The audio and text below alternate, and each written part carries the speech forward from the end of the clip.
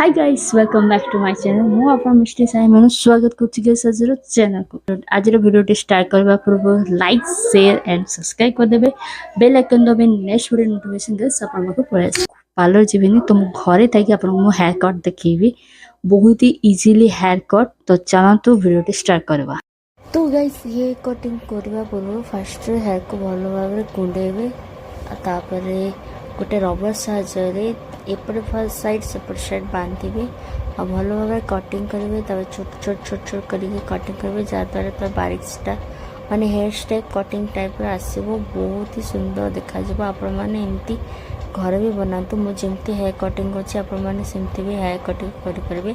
तो देखिबा छ एटा मोर फ्रंट हेयर कटिंग आपण मानो को केमते लागुछि तो ए साइड रे हमर जो बैक साइड रे जो हेयर अछि सेटा को मैं कटिंग करछि आ सेटा को मु छोट छोट करी साइज अनुसार कट करी। तो गाइस देखि पाछों केमती देखाउछि तो ए 1 2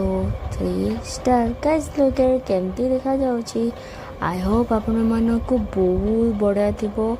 मो घरे था कि इतनी सुंदर हेयर कटिंग कर पारछि पूरा बहुत ही स्टाइल हिसाब रे